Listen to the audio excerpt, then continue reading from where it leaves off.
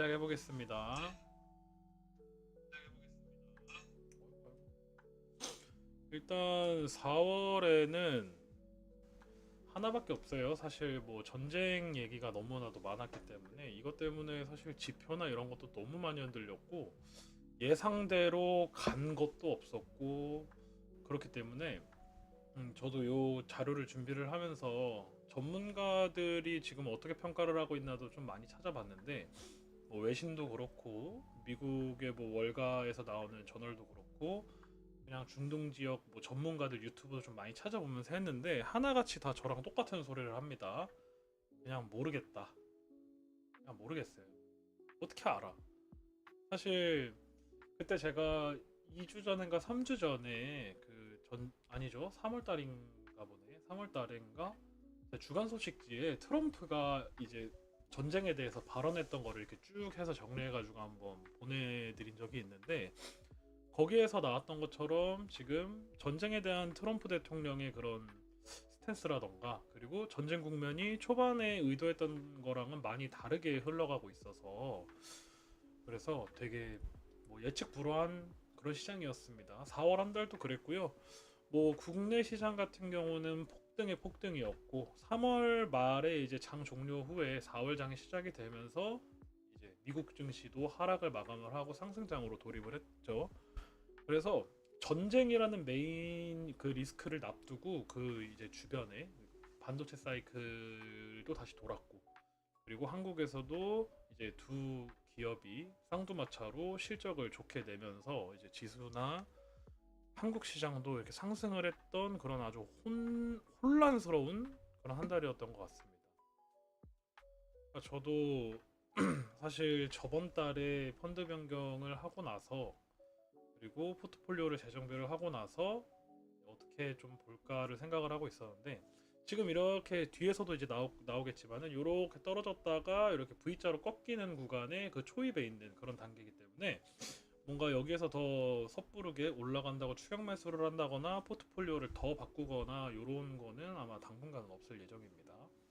그래서 오늘 말씀드릴 내용은 이제 크게 세 가지로 좀 나눠봤어요. 일단 전쟁에 대해서 한번 쭉 리뷰를 해야 될 것 같고 지금 휴전도 꽤나 오랫동안 지속이 되고 있고 이게 뭐 협상이 어쩌고 저쩌고 하면서 지금 지지부진하게 흘러가고 있는 상황이라 이 시점에서 이 이란이랑 미국 전쟁이 어떻게 흘러가고 있는지에 대해서 좀 말씀을 드릴 거고요. 그리고 거기에 따른 이제 시장 심리 그리고 이제 향후 남아있는 이벤트에 따라서 대비를 어떻게 해야 될지 제 기준에서는 한 네 가지 정도가 이제 나와가지고 그거를 오늘 좀 설명을 드리면 좋을 것 같습니다. 시작을 해볼게요. 네, 일단 전쟁을 좀 리뷰를 해보려고 합니다. 일단 2월 28일 날 전쟁이 발발을 했어요. 이게 뭐 국제법상 전쟁이다는 아닌데 그냥 군사적 충돌이 발생을 했고 그리고 이제 쭉 타임라인별로 해서 한번 설명을 좀 드려보겠습니다. 3월 2일 날 이제 확전이 된 거죠. 이제 여기저기 주변 국가들도 전쟁에 참가를 하고 그리고 트럼프도 한국에다가도 군사적으로 도움을 안 줬다고 찡찡거리면서 참 뭐라 했던 게 지금도 기억이 납니다. 그래서 약 9개국이 3월 2일 날 즉각적으로 참전을 했고요. 그리고 3월 4일 날 이란이 호르무즈 봉쇄를 선언을 합니다.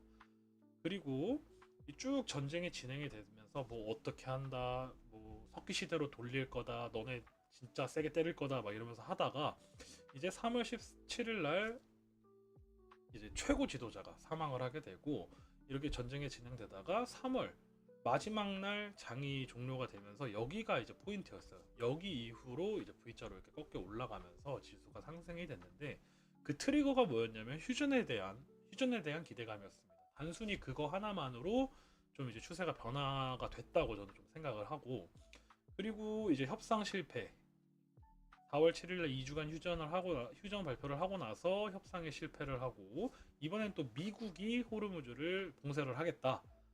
이제 아무도 못 지나가. 너네도 이제 피를 흘려야 돼. 이러면서 봉쇄 명령을 합니다. 그러고 나서 봉쇄가 시작이 되고 그 이후에는 이스라엘이랑 레바논이 우리 잠깐만 좀 멈출까? 이러고 휴전 협정을 하고요. 그리고 최근에 저번 주에 4월 21일 날 미국이 무제한 휴전 연장을 발표를 합니다. 대신에 호르무즈 해협은 계속 봉쇄를 하겠다. 이란 너네가 내가 원하는 거 다 들어주기 전까지는 나 이거 봉쇄할 거야 라고 해서 아직도 틀어막혀져 있는 상황입니다. 그리고 어제 기준이었을 거예요. 어젠가 그저께 기준으로 휴전이 계속 진행이 되고 있고 이란은 미국의 그 요구에 대해서 침묵을 하고 있는 상황입니다. 그래서 저는 전쟁이 지금 한 만으로 한 2달 정도 됐죠. 지금 2월 말에 시작을 해가지고 지금 4월 말이니까요. 그래서 정확히 1막이랑 2막으로 좀 나뉘는 것 같다라고 생각을 합니다. 일단 요거는 제가 트레이딩 뷰에서 좀 차트를 가져와 봤는데 요 날이 이제 2월 28일 날 전쟁 발발한 당일입니다. 여기에서부터 3월 31일까지 총 S&P 500 지수가 8.17% 빠지면서 여기서 이제 전쟁에 대해서 엄청나게 타격을 많이 받았죠. 그래서 한 달 동안이나 내리 하락을 했어요. 근데 그럴 수밖에 없는 게 뭐 이렇다 할 이벤트라든가 그런 게 없는 상황에서 전쟁이라는 메인 이슈에서 자꾸 말이 바뀌니까 이런 거 보시면은 이렇게 말아 올렸다가 또 흘렀다가 살짝 올랐다가 흘렀다가 하면서 정말 한 달 내내 투자자들한테 밤잠을 못 이루게 했던 그런 한 달이었던 것 같아요. 그리고 요 기점으로 정말 딱 드라마틱하게 반등을 했는데 이 근방에 이제 휴전에 대해서 어느 정도 언급이 되고 있는 그런 상황이었습니다. 그래서 저는 요거를 보면서 어떻게 느꼈었냐면은 한 달 동안이나 하락을 했고 거기에 이제 지금 전 세계적으로 조금 사람들이 드릉드릉 거리고 있는 것 같아요. 내가 돈을 이거를 어떻게 투자를 해서 막 트럼프가 증시 올리고 한국도 지금 유례 없이 코스피가 올라가고 있는 상황이다 보니까 사람들이 투자는 하고 싶은데 워낙 센 지정학적 리스크가 터졌다 보니까 이게 투자 심리가 좀 억눌려져 있던 게 분출이 된 게 아닌가라고 생각을 합니다. 그래서 여기 지금 제 얼굴에 좀 가렸는데 한 달간 억눌린 투심이 이제 부활을 하기 시작을 했다라고 좀 생각이 됩니다. 그리고 같은 기간에 이제 금도 많이 빠졌죠. 요 지금 요 파란색 짝대기 요거 두 개가 그 정확히 같은 기간입니다. 딱 한 달. 이때 전쟁 국면 전에 일단 작년 말부터 거의 이번 연도 극초반까지 금은 굉장히 뜨거운 감자였어요. 금을 안 사는 사람이 없었고 천정부지로 올라가는 그런 자산이었고 우리도 많이 갖고 있죠. 지금 아무리 조정을 받았어도 이미 지금 같이 들고 계셨던 분들은 다 수익권일 겁니다. 그래서 전쟁 국면 전에 굉장히 뜨거운 감자였고 현금 대체 자산의 포지션에서 이제 투자성 자산으로 평가가 많이 바뀌었던 금이었습니다.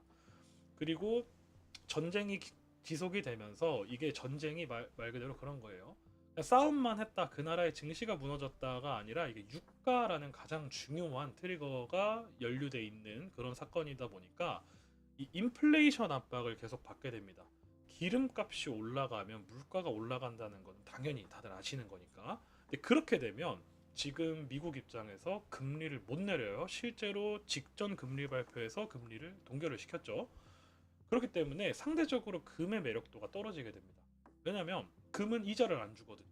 이자를 안 주기 때문에 고금리 기조가 어느 정도 유지가 되는 시점에서는 금에 대한 매력도가 좀 떨어지고 여기에다가 플러스로 안전자산의 포지션에서 투자성 자산으로 좀 사람들이 많이 들어갔다 보니까 차익 실현 매물이나 이제 이런 이 하방 압력에 못 견디고 이제 금이 같이 흘렀던 그런 상황으로 보여집니다. 그리고 요거는 이제 같은 기간에 이제 공포 탐욕 지수를 좀 가지고 와봤는데 제가 매주마다 그 미국 증시 파트에다가 항상 공포 탐욕 지수를 넣어놔요. 제가 항상 말씀드렸던 게 저는 인간 지표를 굉장히 많이 믿습니다. 그래서 투자 심리가 이 시기, 딱 요 시기, 4월 요때부터 이렇게 올라갔잖아요. 그래서 같은 기간에 이제 투심이 꽝꽝꽝꽝꽝 얼었던 게 팡 하고 튀었다. 이렇게 생각을 합니다. 그래서 유가증권 시장에서 자금이 대거 이탈을 했었고 움츠려들었던 자금이 휴전이라는 키워드에 좀 민감하게 반응을 한 게 아닌가라고 생각을 합니다. 그래서 제가 저번 달 월간 브리핑에서 이제 포트폴리오를 바꾸기 전에 모든 살림살이를 다 팔아가지고 현금화를 하고 있다라고 말씀을 드렸었죠. 그리고 이제 지금 현재 이번 달 상황입니다. 3월 31일부터 현재까지 하락분을 전부 다 만회를 했죠. 지금 연일 신고가를 이어가고 있습니다. 저점 대비해가지고 12% 정도 상승을 했고요. 연일 상승을 했습니다. 이 상승이 처음에 시작은 휴전에 대한 그런 종전에 대한 기대감이었는데 사실 4월의 메인 토픽은 반도체 섹터라고 생각을 합니다. 그래서 이렇게 회복을 한 모습이고 근데 대신에 제가 여기에서 조금 생각이 많이 들었던 건 뭐냐면 아직 전쟁에 대한 여파 그러니까 무언가 사건이 발생을 했을 때 그게 실제적으로 체감이 되는 시장에 반영되는 그 기간까지의 그런 거를 상정을 하지 않고 있는 게 아닌가. 그 주식이라는 게 기대감으로 선제적으로 움직이는 자산이기는 하지만 그래도 너무 이제 좀 배제를 한 게 아닌가 싶습니다. 그래서 이제 종전과 휴전 기대감에 반영을 됐고 이제 구실 찾기가 좀 시작이 됐지 않았나 싶습니다. 휴전이나 뭐 이제 실적, 추후에 있을 거대 기업 IPO 이런 쪽에 힘이 실리고 있는 것 같습니다. 그리고 요거를 조금 오늘은 약간 지식 채우기 용으로 좀 설명을 드리면 좀 좋을 것 같아요. 제가 그러니까 이번 달 내내 좀 환율이랑 채권 금리를 좀 유심히 봤는데 굉장히 좀 기현상이 일어났습니다. 이 어떤 현상인지 제가 여기 요 주를 좀 설명을 드리면서 이 채권이 어떻게 움직이는지 정석적인 원리를 먼저 좀 설명을 드릴게요. 일단 전쟁이 났습니다. 전쟁이 났다라는 건 좋은 건 아니죠. 뭔가 안심하고 내 돈을 얻다가 맡길 그럴 행복할 상황은 아니니까. 그리고 요번에는 중동 지역에서 전쟁이 발발했기 때문에 유가가 상승을 합니다. WTI 그 서부 텍사스유 기준으로 저는 보는데 뭐 브렌트유나 뭐 사우디유나 이런 거 전부 다 그냥 이만큼 올랐습니다. 유가가 상승을 하게 되면 우리가 생활할 때 쓰는 모든 물건들은 다 운송을 통해서 이루어지기 때문에 자연스럽게 물가가 올라가게 됩니다. 그래서 인플레이션 위험, CPI도 꽤 높게 발표가 됐었죠. 이런 상황에서는 이런 리스크를 해지하기 위해서 안전자산에 대한 수요가 올라갑니다. 여기서 우리가 말하는 안전자산이라는 거는 뭐 채권, 달러, 현금, 원화가 될 수도 있겠죠, 현금은. 그리고 금, 이런 안전자산이 올라가게 되고 그리고 미국은 패권국이기 때문에 달러가 강세가 됩니다. 실제로 4월 달에 전쟁 중에 실제로 달러 인덱스도 100포인트를 몇 개월 만에 넘으면서 달러 강세가 지속이 됐고요. 그러다 보면 이제 사람들은 금리의 동결에 힘이 실어지면서 이자를 많이 받을 수 있으니까 원래는 채권의 수요가 상승을 하는 게 맞습니다. 채권의 수요가 상승을 하게 되면 채권은 가격과 수익률이 반대로 움직이거든요. 이런 겁니다. 채권이라는 거는 이제 돈을 빌려주고 그 빌려준 돈에 대한 증서라고 생각을 하면 되는데 이자를 줍니다. 나라에서 발행한 국채 같은 경우는 그 나라의 기준금리에 이제 이런 수익률이 따라가게 되는 거고요. 그러면 이제 수요와 공급으로 간단하게 생각을 했을 때 사람들이 채권을 많이 사면 나한테 돈을 많이 빌려가는 거잖아요. 그리고 나한테 돈 빌리고 싶은 사람이 많은 거다 보니까 내가 이자를 조금만 줘도 돼요. 이자를 조금만 줘도 돼. 그렇기 때문에 채권을 사람들이 많이 사면은 가격은 올라가고 수요가 많으니까 대신에 이 지불해야 될 금리는 떨어지는 게 그 원리입니다.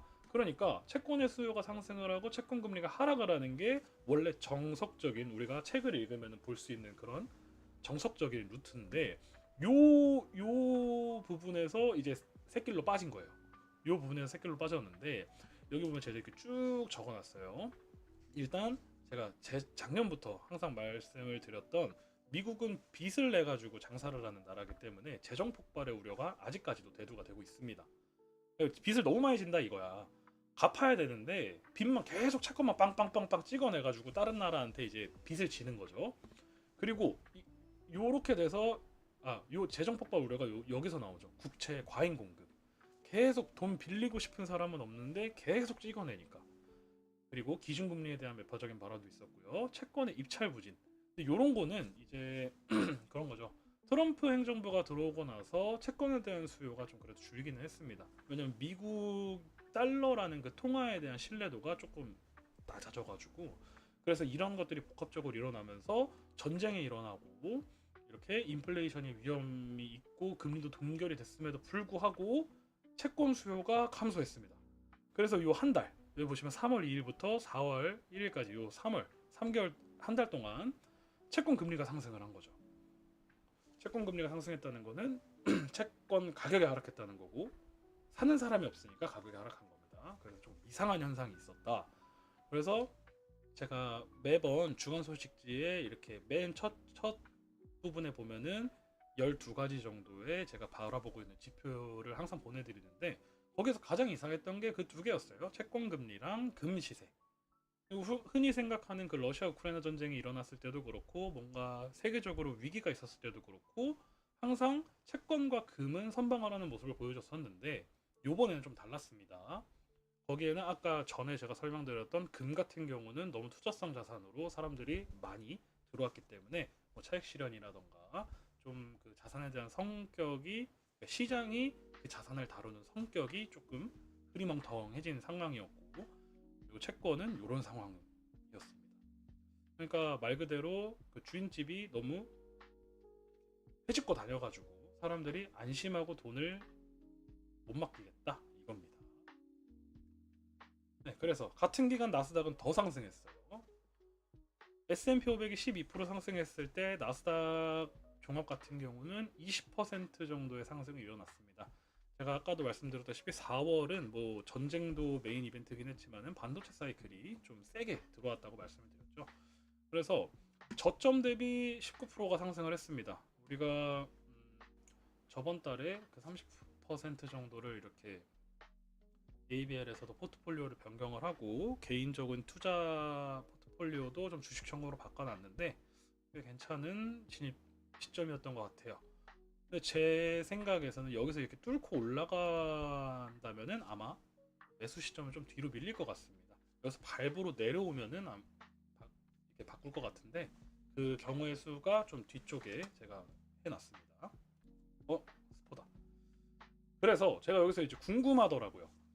아니 그래가지고 이 전쟁으로 누가 이득을 보고 지금 현재는 어떤 상황이고 미국은 바라는 걸 이룬 건지 그리고 이 상승장이 어떤 요인으로 이렇게 많이 올라가는 건지를 좀 한 달 동안 봐봤습니다. 그래서 계산서를 한번 뽑아보는 거죠.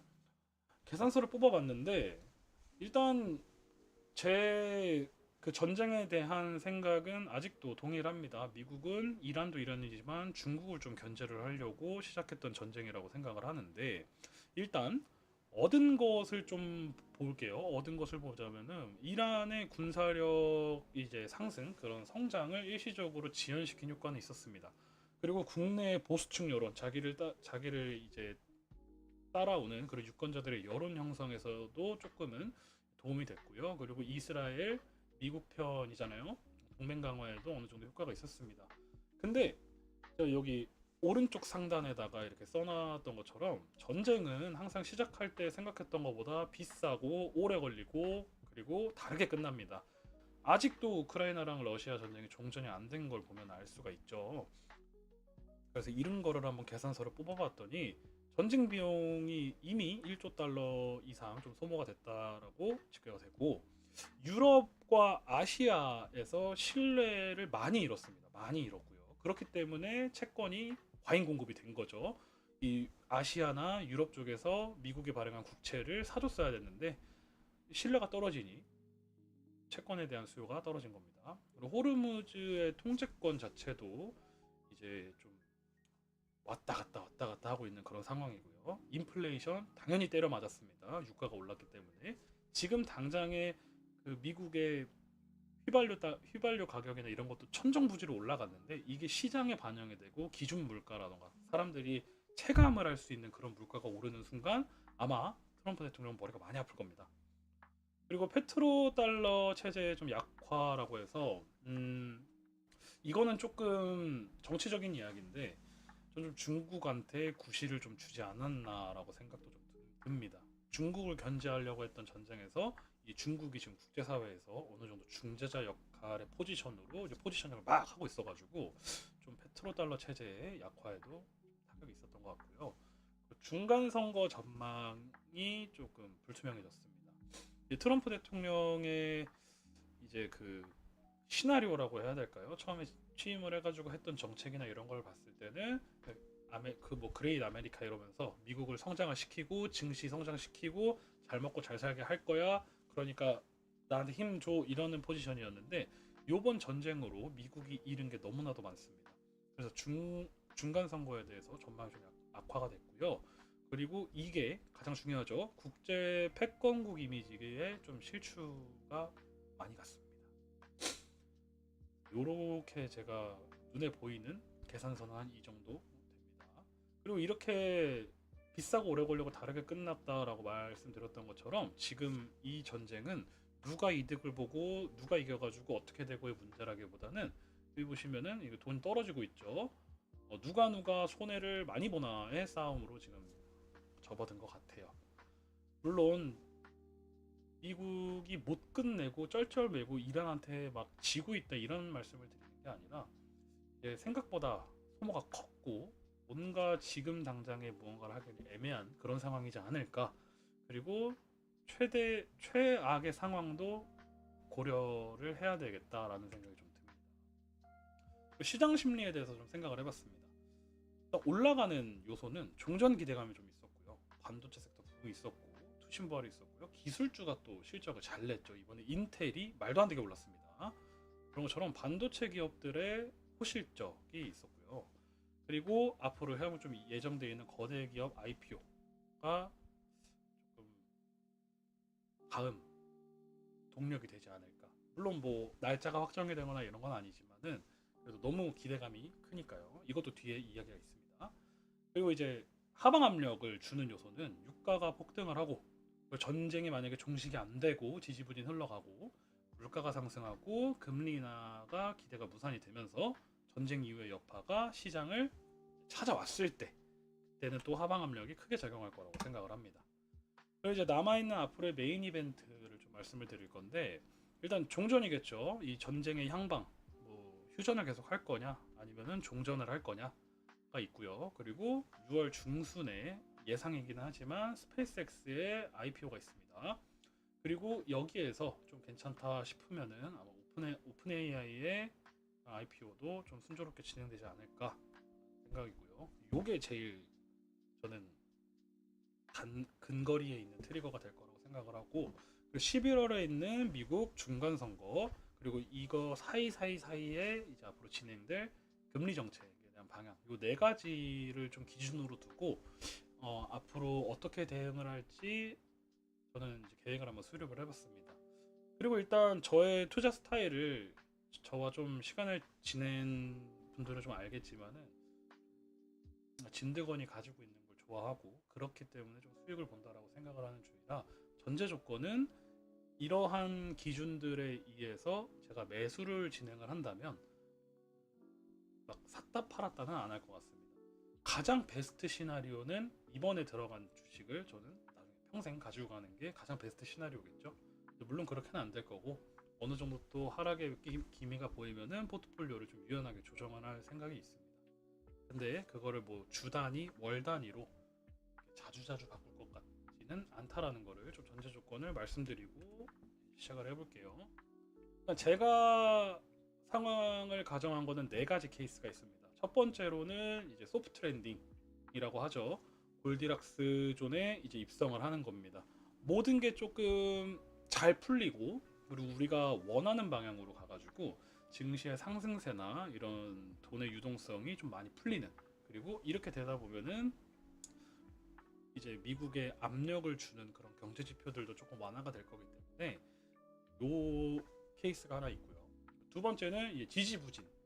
그러니까 전쟁도 뭔가 좀 애매하고 뭔가 휴전을 하는 건지 말지 뭐 요런 거 있고 6월 IPO도 뭐 하기는 했는데 생각보다 막 그렇게 뜨겁지 않고 이런 지지부진한 상황을 두 번째 케이스로 가져가 봤고 세 번째 케이스는 조금 과격하게 전쟁이 좀 장기화되는 겁니다.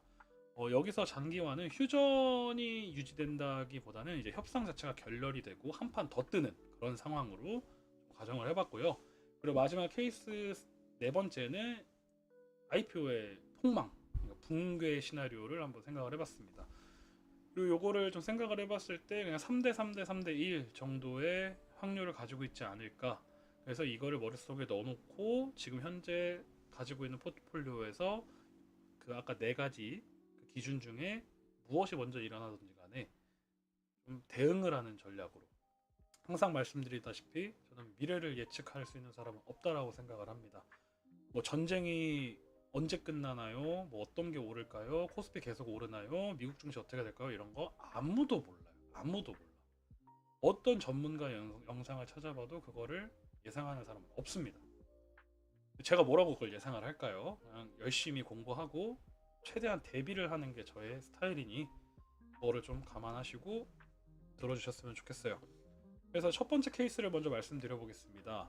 일단 조건이 있죠. 조건은 5월, 6월 내에, 그러니까 상반기 내에 항구적인 종전이 좀 필요합니다. 협상 잘 하고 오케이 오케이 이 정도면은 나도 인정, 너도 인정. 그래 우리 이제 사이좋게 지내자 이러고 각자 갈 길 가면은 이게 첫 번째 조건입니다. 그리고 두 번째 6월에 있을 스페이스X IPO가 예정대로 진행이 되고 예정대로 진행이 된 다음에 대성공을 거두는 게 두 번째 조건이고요. 세 번째 연준의 금리 인하를 한번 시사를 하는 겁니다. 연말쯤에 우리 한번 내릴 수 있을 것 같은데 연말쯤에는 괜찮을 것 같은데 지금처럼 가면은 이런 뉘앙스가 한번 나오는 거. 그리고 네 번째 이제 서로 각자 악수하고 집에 갔으니까 지금까지 튀어 올랐던 유가 그리고 멈춰 있었던 물량들 뭐 수입 물가 이런 것들을 좀 차차차차차 진행이 돼서 유가도 다시 하락이 되는 그런 조건. 그리고 다섯 번째로 11월 달에 공화당이 우위가 되면서 트럼프가 집권을 계속 유지를 한다. 요 조건을 좀 생각을 해봤습니다. 이 시나리오대로 간다라고 생각을 했을 때 저는 처음부터 끝까지 첫 번째 트리거가 발동된 시점부터 끝까지 강세장이 지속이 될 예상이 좀 됩니다. 첫 번째 트리거가 뭐 6월 달에 뭐 IPO가 될 수도 있고요. 아니면은 뭐 그 언저리쯤에 그거보다 더 일찍이면은 뭐 좋을 수도 있겠지만 종전이라던가 이런 긍정적인 시그널이 하나 발생이 되고 그 이후로 이 제가 적어놨던 이걸로 해야지 적어놨던 얘네들이 차차차차착 되면은 강세장이 쭉 유지가 될 거다. 그리고 하반기 시작까지 지수에 대한 상승 동력이 유지가 가능해질 거라고 생각을 합니다. 그리고 여기에서 중요한 건 뭐냐면 지금 기업들의 실적이 잘 나오고 있고 돈도 벌었다라는 것을 증명을 하고 있는데 여기에서 이 기업의 거의 뭐 유니콘 기업 같은 기업의 상장까지 성공을 해버리면 기술주 랠리가 엄청 유력합니다. 아마 나스닥은 하늘나라를 갈 수도 있습니다. 뭐 3만 포인트 막 이렇게 해도 저는 생각이 들어요. 그리고 이제 이 안에서도 기술주 안에서도 AI나 우주항공 테마 쪽에 이제 순환매가 좀 일어날 가능성이 있다고 좀 생각을 합니다. 그리고 변동성 지수나 뭐 공포탐욕 지수 등 이제 사람들이 참고하는 그런 지수들도 시장 환경에 대한 이런 지수들도 좀 안정이 되면서 쭉 올라갈 것 같고 그리고 중간 선거 전에 기술적 조정이 좀 살짝 예상이 됩니다. 그리고 여기서 하나 또 제가 적어놓진 않았지만 말씀을 드릴게 만약에 6월에 IPO가 성공이 되면 아마 지수 쪽 그러니까 전통주들 있잖아요. 기존에 우리가 갖고 있던 대형주들이 살짝씩은 빠질 겁니다. 왜냐면 걔네들 팔아서 스페이스X를 살 거니까. 그래서 만약에 이 시나리오대로 간다면 1차 매수는 종전 시기 쪽으로 갈 것 같고요. 이제 우리가 지금 예를 들어서 ABL 그 펀드 투입 비율로 제가 설명을 드리자면 지금 주식 3대 금 7이었잖아요. 그러면은 요 7에 대해서 반씩 아마 1차, 2차 매수로 들어가지 않을까 싶습니다. 그리고 월 투입금 같은 경우는 1차 매수 시기에 이제 금 30에 주식 70으로 변경을 할 것 같고 중간 선거가 이제 이루어지고 그때 이제 여론이 트럼프 쪽으로 기운다라고 하면은 아마 주식 100%로 해서 쭉 모아가지 않을까라고 생각을 합니다. 자 이제 두 번째 지지부진한 거죠. 전 이게 좀 제일 확률이 좀 높다라고 생각을 합니다. 휴전 상태가 좀 장기적으로 지속이 되는 뭔가 협상도 아니고 결렬도 아니고 그냥 이 긴장 요 텐션 그대로 좀 지지부진하게 가는 그런 상황에 6월에 있을 그 거대기업 IPO가 성공은 하나 이런 지정학적 리스크가 아직 도사리고 있기 때문에 이 시장에서의 유동성을 쫙 흡수를 해야 되는데 그 흡수력이 조금 부족한 경우는 일단 요 2번 항목 기대감에 살짝 못 미치면 생각보다 시장은 민감하게 반응을 하기 때문에 요거에다가 휴전 상태가 지속이 된다라는 것은 유가가 잡히지 않을 가능성이 높다라는 겁니다. 그러면 인플레이션이 고착이 되면서 이렇게 되면은 이제 제가 계속 앞에서 말씀드렸던 요번에 전쟁의 여파가 체감이 되는 게 이제 점점 나올 거고 그렇게 되면은 지지율이 좀 떨어지지 않을까라고 생각을 합니다. 이렇게 되면은 사실 지금 워낙 반도체 사이클이랑 이런 뭐라 해야 될까요?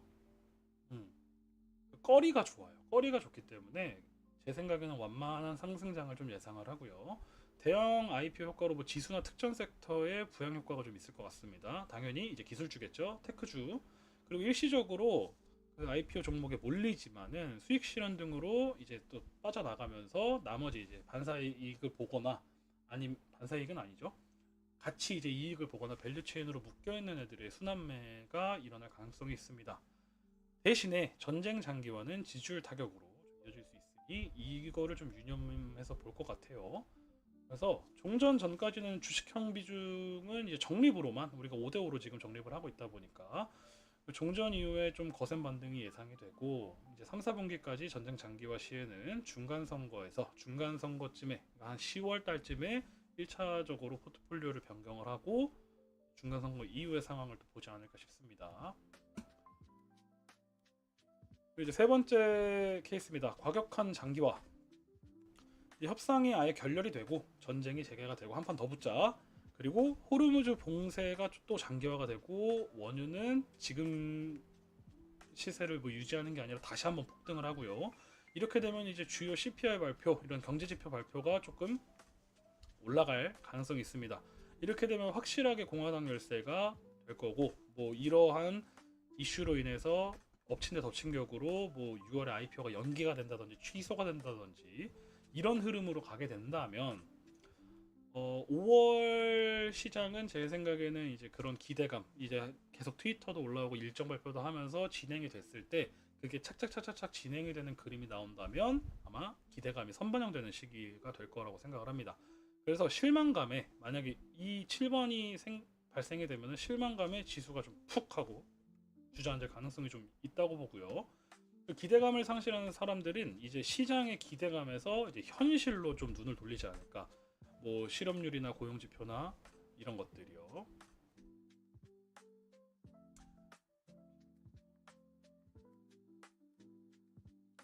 네. 그리고 인플레이션에 대한 지표가 좀 중요한 방향키가 될 것 같습니다. 왜냐면 유가로 인해서 인플레이션 지표 때문에 금리라던가 향후에 이런 재정 정책이라던가 이런 것도 많이 영향을 받을 거기 때문에 중간 선거 같은 경우도 결과와는 무관하게 좀 하락 전환할 가능성이 굉장히 클 것 같아요. 이 시나리오대로 만약에 가는 게 보인다라고 하면은 적립식 비중을 좀 유지를 할 거고요. 전쟁 여파가 시장에 반영되는 시점에서 이제 아마 1차 매수를 하지 않을까 싶습니다. 뭐 CPI가 갑자기 급등을 해서 시장이 흔들린다던가 아니면은 다시 한번 뭐 호르무즈에서 얘네들이 좀 짝짝꿍을 해가지고 유가가 폭등해서 증시가 흔들린다던가 그럴 때를 매수 타이밍으로 좀 잡을 것 같고요. 이후 중간 선거 전에 2차 매수 타이밍을 잡을 것 같습니다. 마지막, 요건 조금 많이 가능성이 낮아요. 그런데 제가 가장 바라는 시나리오입니다.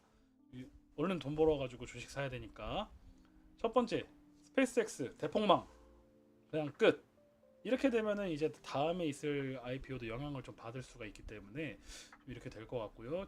전쟁이 지지부진하거나 뭐 재개가 되거나 이렇게 돼 버리면은 이제 가장 중요한 게 지금 반도체의 동력으로 막 올라가고 있는 이 기술주에 대한 테크주 기술주에 대한 이런 밸류, 이거 진짜 맞아? 돈 버는 거 맞아? 이거 진짜 괜찮은 거 맞아? 에 대한 이런 재평가가 이루어질 거라고 좀 생각을 합니다. 이렇게 되면 그냥 민주당이 압승을 할 거고요. 엄청난 하락이 예상이 됩니다. 이런 식으로 가게 되면 이제 테크 그리고 지수 그리고 전통주 중소기업주, 그러니까 이제 뭐 우리가 흔히 보는 걸로 보면은 나스닥 뭐 S&P 500 뭐 다우 러셀 순으로 좀 타격이 클 것 같고요.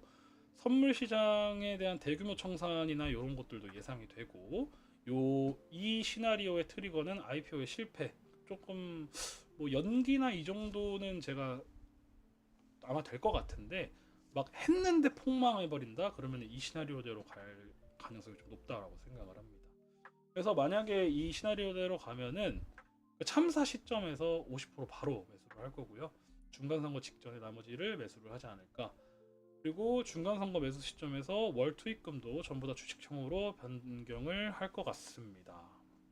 여기까지가 이제 제가 4월 달을 좀 보면서 앞으로 계획을 한번 세워본 건데, 네.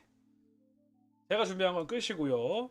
혹시 제가 딱 5분 정도 더 이제 Q&A를 받고, 만약에 5분 동안 Q&A가 없으면은 방송을 종료하고, Q&A가 계속 진행이 된다면은 제가 답변을 진행하도록 하겠습니다.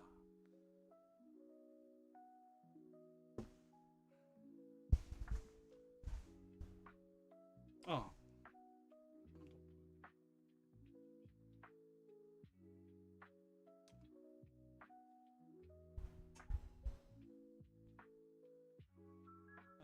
일단 Q&A부터 받겠습니다.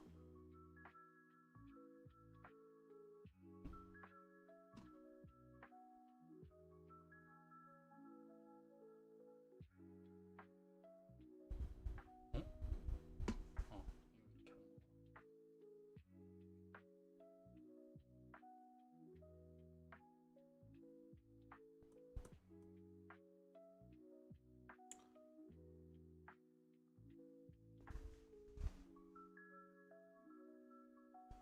지금이 41분이니까 한 45분 정도까지 있다가, 혹시 Q&A가 없으면은 제가 지금 뭐 나스닥이라던가 금, 그리고 비트코인 이런 거 보고 있는 거 차트 한번 살짝 보여드리고 마무리하도록 할게요.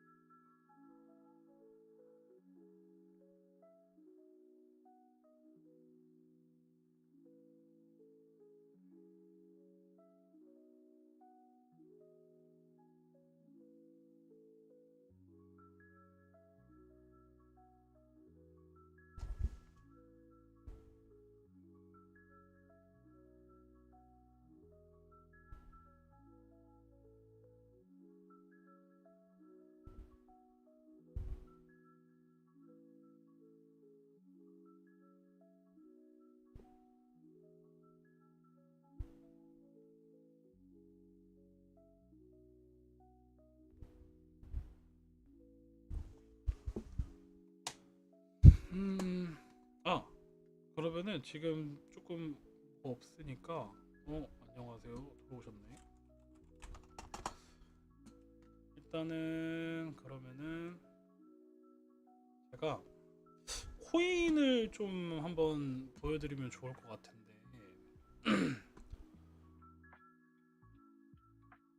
일단 제가 요번에 포트폴리오를 바꾸면서 개인적으로 그 코인에 대해서도 좀 적어놨었잖아요. 그거를 조금 보는 거를 좀 공유를 해볼까 합니다. 제가 보고 있는 거를. 일단은 요거는 비트코인 차트고요. 일봉입니다. 일봉이고, 보시면은 올해 연초부터 아주 곡소리가 났었죠. 이게 몇 프로냐, 이게 몇 프로짜리냐면요. 보시면은 이게, 이게 40%짜리 하락이네요. 40%짜리. 40%짜리 하락을 받고 지금 이런 식으로 차트가 흘러가고 있는데, 여기에 대해서 저의 매수 타점을 한번 말씀을 먼저 드려보겠습니다. 일단 이 추세선 같은 경우는 좀 역사적인 고점 두 개를 이어가지고 메인 채널을 좀 만들었고요. 요때랑 요때, 그리고 요거를 1대1로 해서 채널을 만든 겁니다. 이렇게 했을 때 지금 한 요 정도 보는 거죠. 언제부터야? 한 2024년 말부터 2024년 한 10월부터 최근까지 해가지고 이 흐름을 한번 보고 있는 겁니다.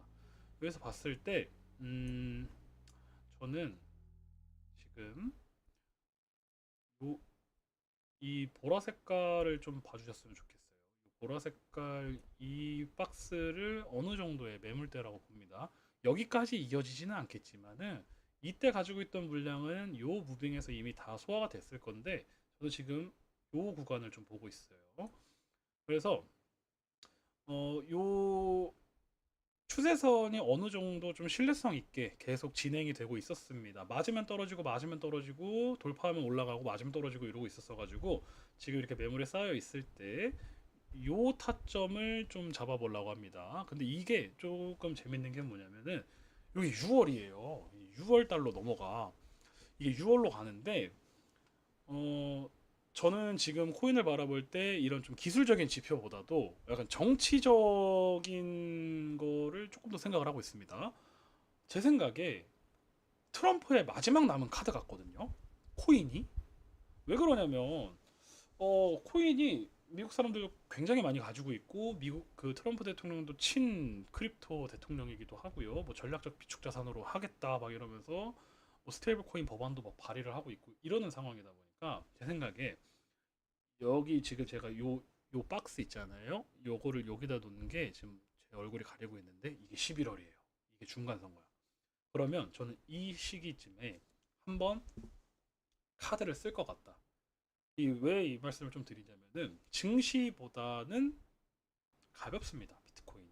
그리고 요 한마디 트럼프의 트위터 한마디에 막 쇼스 퀴즈 나오고 청산 나고 사람들 막 한강 가고 이러는 게 코인이다 보니까 저는 이 채널을 제가 그려놓은 거에서 마침 발부로 내려오는 밑에서 이제 지지를 매물대로 좀 쌓고 다시 확인하러 발부로 내려오는 이 시점이 또 공교롭게도 한 6월 정도가 되지 않을까라고 생각을 하고 있고요. 만약에 여기 닿으면 안 닿을 수도 있죠. 올라갈 수도 있는 거예요. 절대 몰라요. 근데 제 기준에서는 여기에 닿는다면은 저는 어느 정도 비중을 가져가고 매수를 들어갈 것 같습니다. 그리고 요 지금 손익비는 3대 1입니다. 이 매물대의 하단점을 손실점으로 잡고 마이너스 한 11%에서 12% 정도를 손절가로 잡고요. 그리고 이 헤드앤숄더 그림에서 요 오른쪽 어깨 얘의 이제 꼭지점을 1차 목표가로 잡고 있습니다. 여기에서 아마 뭐 만약에 여기서 매수가 들어갔는데 제 예상대로 여기까지 간다면 여기서 한 50% 정도는 덜어내지 않을까라고 생각을 하고요. 그리고 만약에 여기 제가 좀 글씨는 안 커지네요. 여기에다가 전 예약 매도를 걸어놓고 만약에 다서 팔아지면은 전 뒤도 안 돌아보고 손실나면 도망갈 겁니다. 제가 바라보는 비트코인은 이렇게 보고 있어요. 지금은. 여기에 닿느냐 마느냐일 것 같은데 아마 한 달 정도 더 지켜봐야 되지 않을까요? 지금 이렇게 좀 압력을 좀 받고 있고 그러다 보니까는 여기에 닿으면 한번 들어가 볼 생각입니다. 여기가 만약에 제가 들어간다면은 제가 주간 소식지에다 올려놓겠죠? 한번 보시면 될 것 같아요. 맞아. 그리고 Q&A 하시면 됩니다. 하실 분 있으시면은. 그리고 나스닥 같은 경우는 제가 작도도 안 해놨는데 안 해놓은 이유가 얘는 사실 뭐 우리가 흔히 항상 말씀드렸다시피 저는 나스닥은 신이라고 생각합니다. 뭐 정말 개인적인 생각이지만 아무리 리스크가 있고 흔들리고 시장이 시끄러워도 가장 큰 시장인 거는 틀림이 없고요.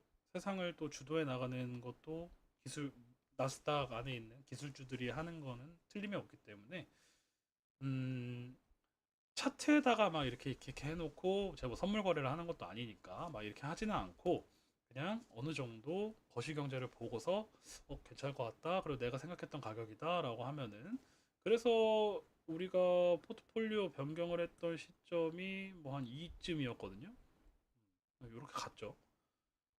괜찮았던 거 아니 요쯤은 아니고 한 요쯤이었던 것 같아요. 요쯤에 이제 바꾸고 갔던 것 같아요.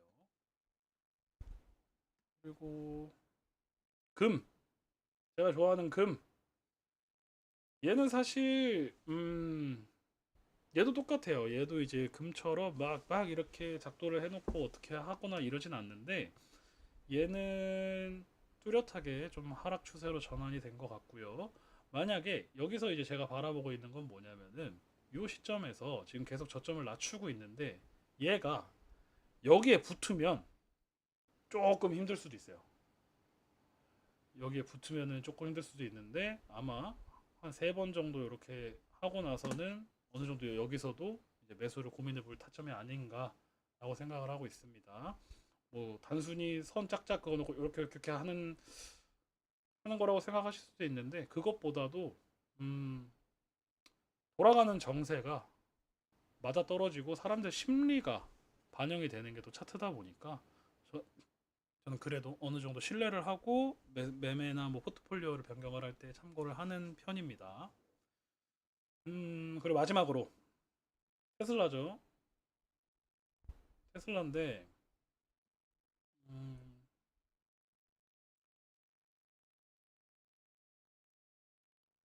테슬라를 말씀드리는 이유는 저는 일단은 지금 테슬라를 가지고 있진 않습니다. 테슬라를 가지고 있지 않는데 어, 스페이스X가 상장에 성공을 하게 되면 당연하게 이익을 보는 기업이기도 하고 그리고 지금까지 워낙 무빙이 다이렉트 했어요. 정말 이제야 여기 최고점 2024년 12월 선거 트럼프 당선 때 고점 갔다가 지옥에 갔다가 다시 올라왔다가 전쟁 여파나 이런 걸로 인해서 이렇게 흘러내린 건데 저는 요 변곡점이랑 요 매물대를 좀 어느 정도는 신뢰 있게 보고 있습니다.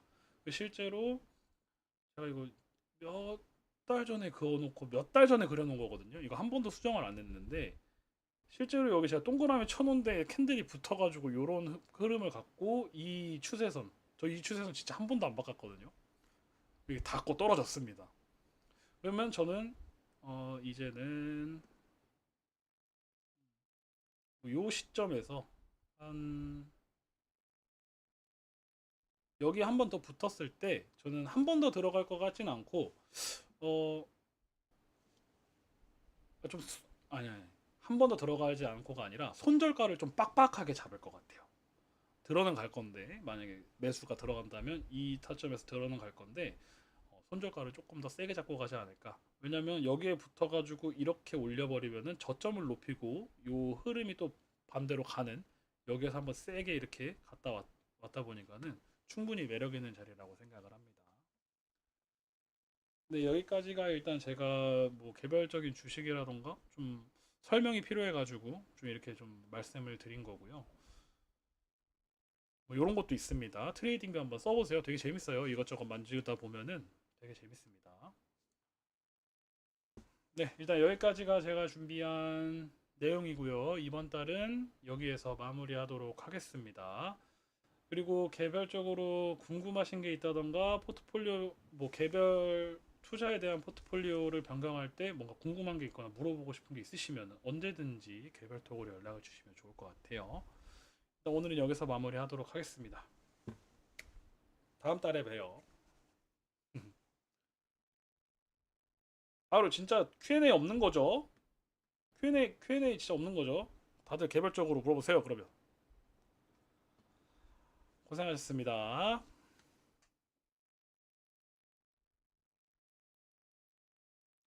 그리고 다시 보기는 바로 올려놓겠습니다. 혹여나 뭐못 보신 분들 있으면 다시 보기로 보시면 돼요. 방송 종료하겠습니다.